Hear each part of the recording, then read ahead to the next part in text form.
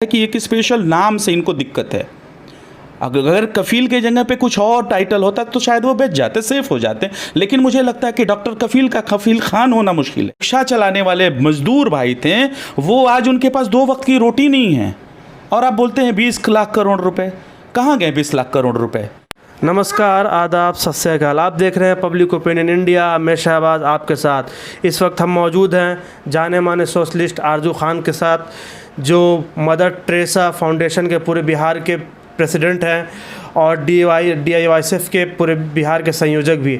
बहुत बहुत शुक्रिया आपको हमारे चैनल को वक्त देने के लिए। बहुत बहुत शुक्रिया आपका भी। जिस तरीके से कैसे त्यागी जी जो उनके नेता हैं, JDU के नेता हैं, उन्होंने बोला जब अमेरिका में भी चुनाव हो सकता है तो बिहार में क्यों नहीं हो सकता चुनाव, तो इसके बारे में आपकी क्या राय है? देखिए, ये जो है केसी त्यागी जी बहुत बड़े बहुत वरिष्ठ प्रवक्ता हैं, लेकिन कहीं ना कहीं मैं इससे इत्तेफाक रखता हूँ। इनके बातों से इत्तेफाक इसलिए रखता हूँ, वो अमेरिका की बात करते हैं, वहाँ का चुनावी प्रक्रिया देख लीजिए। अमेरिका में किस तरीके से चुनाव होता है, इंडिया में किस तरीके से चुनाव होता है, बहुत का डिफरेंसेस है। वहाँ के कंट्री से और इंडिया के कंट्री से कोई तुलना नहीं है। 100 year, more than 100 year gap है, और लेकिन फिर भी वो इस तरह की बात करते हैं। तो मैं उनको क्या कहूँगा, यही कहूँगा कि वो सिर्फ आते हैं प्रवक्ता के तौर पे, उनकी ज़ुबान फिसल गई होगी, या अगर वो जानबूझ के कुछ ऐसा बोले होंगे तो उनको तो भाई मैं अब इससे ज़्यादा क्या कहूँगा। एज ए सोशलिस्ट की वो अपने बातों को सही करें, दुरुस्त करें। और डॉक्टर कफील खान, जिस तरीके से उनको जेल में रखा जा रहा है, उनका कुछ दिन पहले स्टेटमेंट भी आया था कि मुझे जेल में मार दिया जाएगा, मैं खुदकुशी में इतना कमज़ोर नहीं हूँ कि मैं खुदकुशी कर लूँ, तो इसके बारे में आपकी क्या राय है? डॉक्टर कफील खान के साथ बहुत बुरा हो रहा है, और बहुत ही ज़्यादा बुरा हो रहा है मैं बोलूँगा, क्योंकि आज तक उनके ऊपर चार्जेस कुछ नहीं समझ में आया। तो यूपी गवर्नमेंट ने क्या किया उनके ऊपर, योगी आदित्यनाथ जी ने क्या किया कि उनके ऊपर NSA लगा दिया, नेशनल सिक्योरिटी एजेंसीज के तहत। 3 महीने पहले लगाया और फिर 3 महीने बढ़ा दिया, और ये कह के बढ़ाया कि अगर डॉक्टर कफील रिहा होते हैं तो नेशनल सिक्योरिटी एजेंसी को जो है ख़तरा है। ये ऐसे थोड़ी होता है। आज तक कोई उनकी आप एक भी जो है उनकी आपराधिक छवि आप नहीं दिखा सकते हैं, टीवी में चला नहीं सकते हैं आप, और डॉक्टर कफील खान के ऊपर NSA आप लगा रहे हैं। रोज़ दिन पे दिन बढ़ते जा रहे हैं। उनकी माँ है, उनकी माँ से उनसे बात नहीं करने दिया जाता है, 2 मिनट का टाइम लोग नहीं देते हैं मिलने के लिए। इसको क्या बोलेंगे हम? आप अभी देख लीजिए, एक जर्नलिस्ट था, आप भी जर्नलिस्ट हैं, तमाम जर्नलिस्ट है। यूपी में एक जर्नलिस्ट अपनी बहन को बचा रहा था, उसको गोली मार दिया गया। योगी आदित्यनाथ जी कुछ नहीं करेंगे। उनको सिर्फ एक आजकल के मुझे डेट में ये लगता है कि एक स्पेशल नाम से इनको दिक्कत है। अगर कफील के जगह पे कुछ और टाइटल होता तो शायद वो बेच जाते, सेफ हो जाते। लेकिन मुझे लगता है कि डॉक्टर कफील का कफील खान होना मुश्किल है। आज के वक्त में डॉक्टर कफील होना ही सबसे बड़ा अपराध है।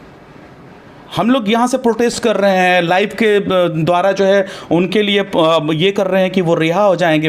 पता चलता है तारीख पे तारीखें चेंज हो जा रही हैं। ऐसा क्या हो रहा है? उनके ऊपर कुछ भी नहीं है, उनके ऊपर NSA लगा दिया, उनकी बीवी बच्चों से मिलने नहीं दिया जा रहा है। बहुत ही रुसवाई सहना पड़ रहा है आज के इस हालात में, 2020 के वक्त में, मुझे डॉक्टर कफील खान को लेकर स्पेशली। जिस तरीके से नरेंद्र मोदी जी बोलते थे सबका साथ सबका विकास, इसमें आपको कुछ पॉइंट आउट लगता है कि नहीं? देखिए, अभी तक किसी का साथ किसी का विकास नहीं हुआ है। विकास सिर्फ टीवी पे नज़र आता है, विकास सिर्फ टीवी पे है। आज देखिए ना, पूरा देश का लगभग 60% जो आबादी है वो बाढ़ से प्रभावित है। कोरोना महामारी में पूरे की पूरी 100% आबादी जो है कोरोना महामारी में से प्रभावित है। 20 लाख करोड़ कहाँ गए? आपके पास आए कुछ? मेरे पास आए? हम देखते हैं दिहाड़ी मजदूर है, बेचारा बैठा हुआ है, उसके पास खाने के लिए पैसे नहीं हैं। हम देख रहे हैं पटना के राजधानी के सड़कों पे हम देख रहे हैं कि जो रिक्शा चलाने वाले मजदूर भाई थे, वो आज उनके पास 2 वक्त की रोटी नहीं है, और आप बोलते हैं 20 लाख करोड़ रुपए। कहाँ गए 20 लाख करोड़ रुपए? किसी एक गरीब के पास नहीं पहुंचा। लाइन में कतार में खड़ा हुआ 10वें आदमी तक, पिछले पायदान तक के आदमी को किसी को नहीं पहुंचा। आप बोल रहे हैं कि 20 लाख करोड़ रुपए दे दिए। बहुत ही कंट्रोवर्सी है इनके बात में और काम करने के तरीके में, बहुत ज़्यादा फ़र्क है, बहुत ही ज़्यादा फ़र्क है। अब ये चीज़ें धरातल पे आ रही हैं, लेकिन सबसे बड़ा तो ये जर्नलिस्ट लोग हैं, टीवी में बैठकर एंकर लोग हैं, बैठे बैठे उनको विश्व गुरु बना रहे हैं। तो बनाइए, कोई बात नहीं, ज़मीन पे देखने पे आएगा एक दिन हकीकत। हम भी इंतज़ार करेंगे उस हकीकत के दिन का।